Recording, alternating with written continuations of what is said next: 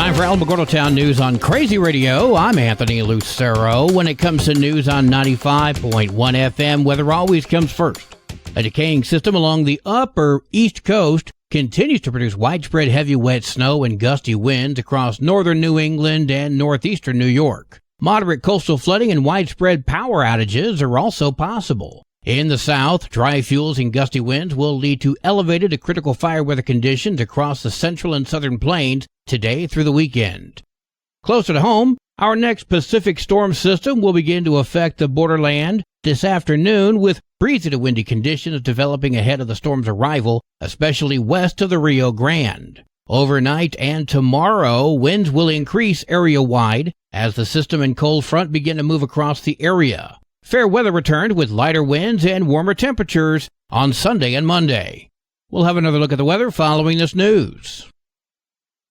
The Tularosa Basin Regional Dispatch Authority meeting is scheduled for Monday at 1:30. It'll be at the Otero County Administration Building. That's 1101 New York. On Tuesday, the Alamogordo City Commission meets. 2 items for new business. Consider and act upon Ordinance 1697 for first publication of a map amendment to rezone Somerset Subdivision Phase 1 from R2 Townhouse Dwelling District to Planned Unit Development District. The presentation will be done by City Planner Stella Rael. Also, consider and act upon for first publication of a map amendment to rezone properties located at 181 and 243 Hamilton Ridge Road, 3100, 3150, 3180, 3190, 3192, and 3194 Hamilton Road, Reynolds Subdivision, Replat G, Lot 3G, and Pruitt Subdivision, Replat A, Lot 4A from R1 single-family dwelling to RE residential estates. The property owners request the zone change to comply with the current ordinance for keeping livestock. That will also be presented by Stella Rael.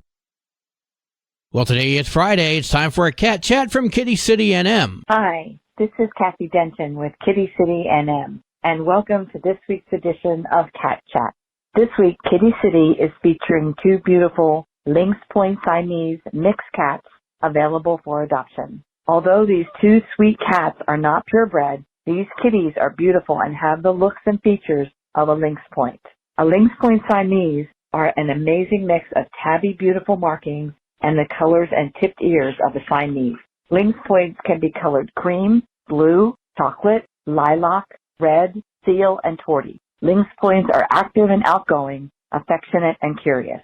They love to hang with their favorite humans and be part of the action. These kitties get along well with humans and other pets. Lynx Points are highly intelligent and they love to talk. Bonita is a beautiful girl with cream and smoke colorings and the typical gray tabby markings on her face. She was born in June 2022 and has medium-length fur. Bonita is a super sweet kitty and is quite personable and social with people. Bonita loves to hang with the humans, but she's unlike the Siamese as she prefers to be by herself rather than be with other kitties.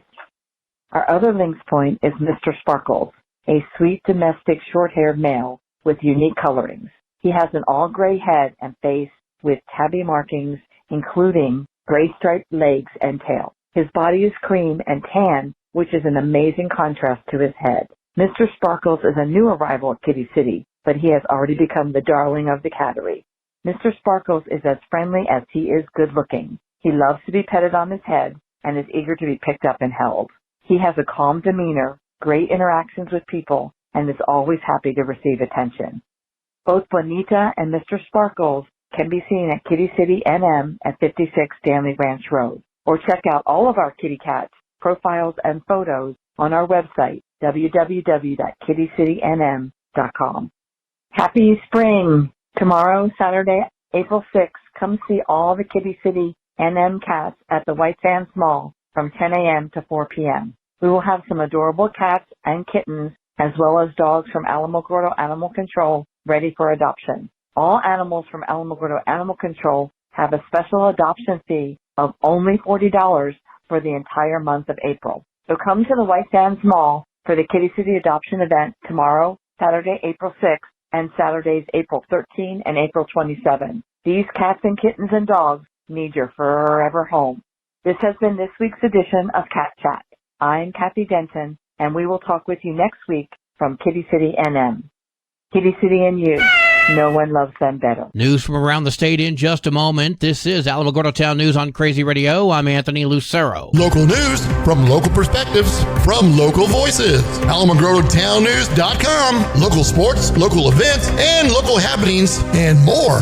Owned and operated by Second Life Media. We are Otero County. AlamogordoTownNews.com. Heard daily on Crazy KALH Radio 95.1. Directory Plus is the right size book. It's the book if you need a phone book. That's what just one person has to say about Directory Plus. With its red cover, features, colorful yellow pages, and lots more, it's no wonder people all over use Directory Plus. It has so much more information. You can cross-check phone numbers or addresses or pretty much anything. Look on the plus side, Directory Plus. I'm a big fan of Directory Plus. Ralph Martinez, a former Albuquerque Public Schools bus driver, pled guilty yesterday to charges for multiple cold case rape charges. The charges stem from 3 different cases between 1988 through 91. The victims were aged between 18 to 59. Martinez says he didn't know the victims. The investigators who cracked the case are with a special unit under the DA's office. They look into sexual assault cold cases. They had the old rape kits and narrowed it down. Agents reportedly collected DNA from Martinez's school bus steering wheel, gear shift,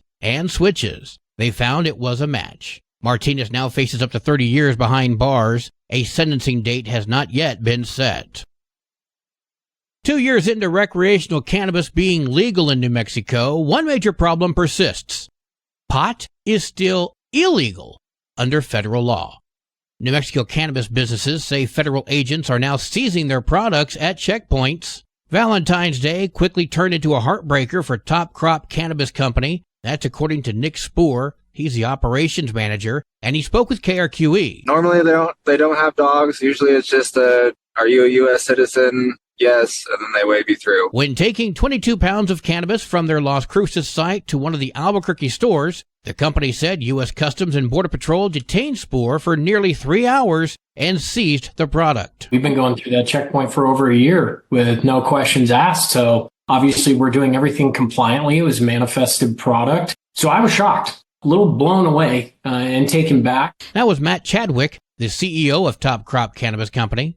Top Crop Cannabis Company said the feds told them that they would get a letter explaining how to get their product back, but they claimed the letter never came and ended up being $139,000 worth of product. While Chadwick said his business can survive the loss, he says other businesses cannot. Businesses are at stake here. This is a growing problem for growers, according to the New Mexico Cannabis Chamber of Commerce. They say in the last 2 weeks, federal agents have stopped 12 New Mexico cannabis businesses and seized over $300,000 worth of product. It's hurting small businesses. It's hurting all of us because of the loss of tax revenue. Ben Lewinger, the executive director of the New Mexico Chamber of Commerce, explaining. And it's just clearly outside of the scope of Customs and Border Protection. No, sir.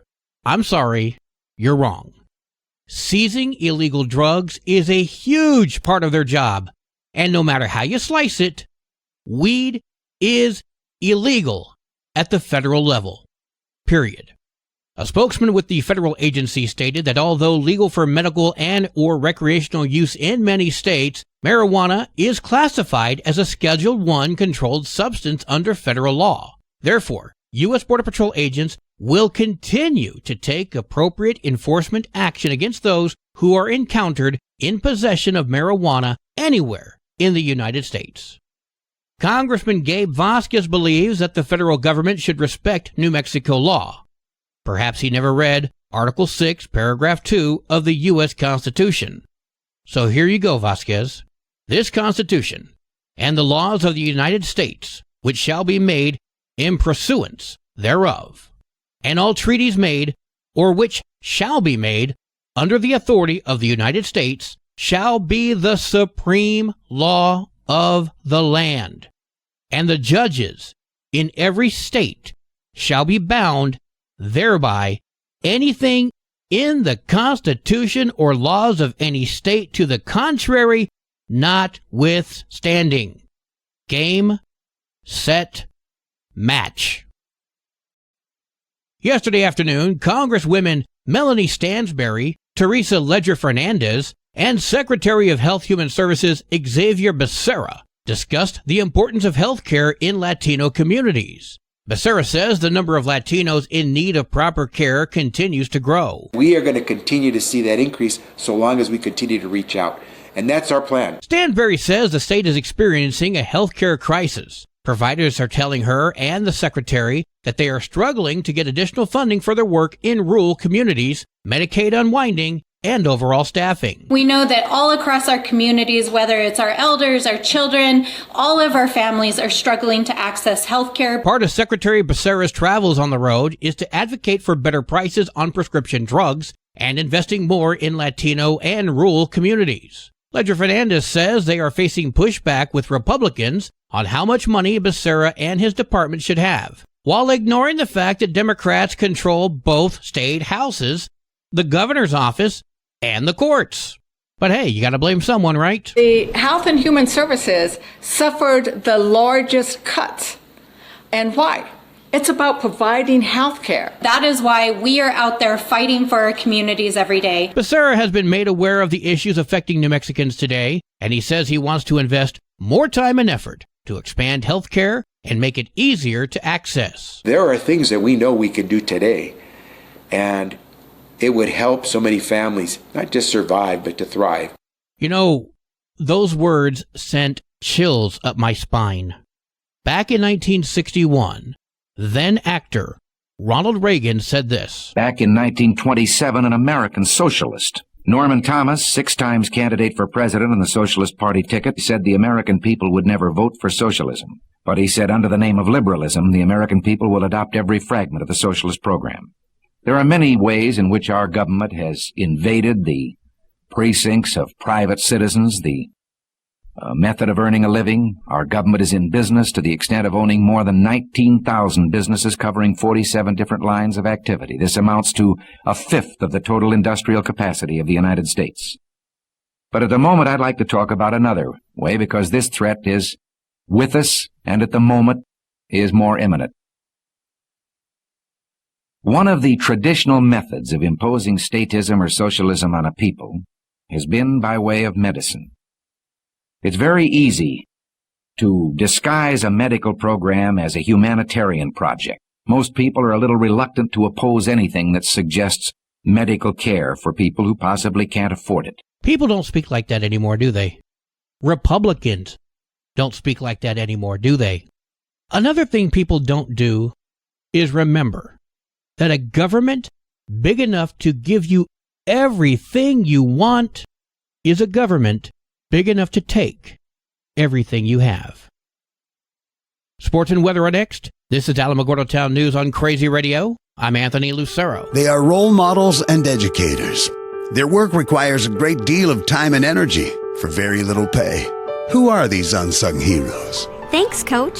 Thanks, Coach. The simple truth about education-based athletics in New Mexico is this. Without a committed team of coaches and administrators, they just wouldn't be possible. School sports, they bring out the best in all of us. This message presented by the New Mexico Activities Association and the New Mexico Athletic Directors Association. There are 25 games for New Mexico softball today, including Hot Springs at Capitan and Hatch at Mescalero. 32 games for New Mexico baseball today, including Mescalero at Socorro, and Centennial comes to Alamogordo. Go Tigers! Your Crazy Radio spot-on weather forecast for the Tularosa Basin today calls for sunny skies, winds gusting as high as 30 miles per hour. Mostly clear tonight, winds gusting as high as 31. Partly sunny tomorrow and cooler, winds gusting as high as 32. Your high today in the basin, 76. Low tonight of 44. High tomorrow, 61 degrees. In Cloudcroft, sunny skies today, winds gusting as high as 37 miles per hour. Increasing cloudiness tonight, winds gusting as high as 50. Mostly cloudy, gradually clearing, and cooler. Winds gusting as high as 55. Your high today for Cloudcroft, 54. Low tonight of 26. High tomorrow, 37. Wind chill's going to make it feel like it's 9 degrees. Local breaking news can be found on our website, alamogordotownnews.com, and learn more about Crazy Radio by visiting kalhradio.org. Also, check out the Crazy KALH Radio YouTube channel. That's where we post our daily newscasts, complete interviews, and other information which concerns everyone in the Tularosa Basin. Be sure to give this video a like and subscribe to our channel if you've not done so already. That way you too can remain informed of the goings-on in the Tularosa Basin. That concludes today's edition of Alamogordo Town News on Crazy Radio. I'm Anthony Lucero.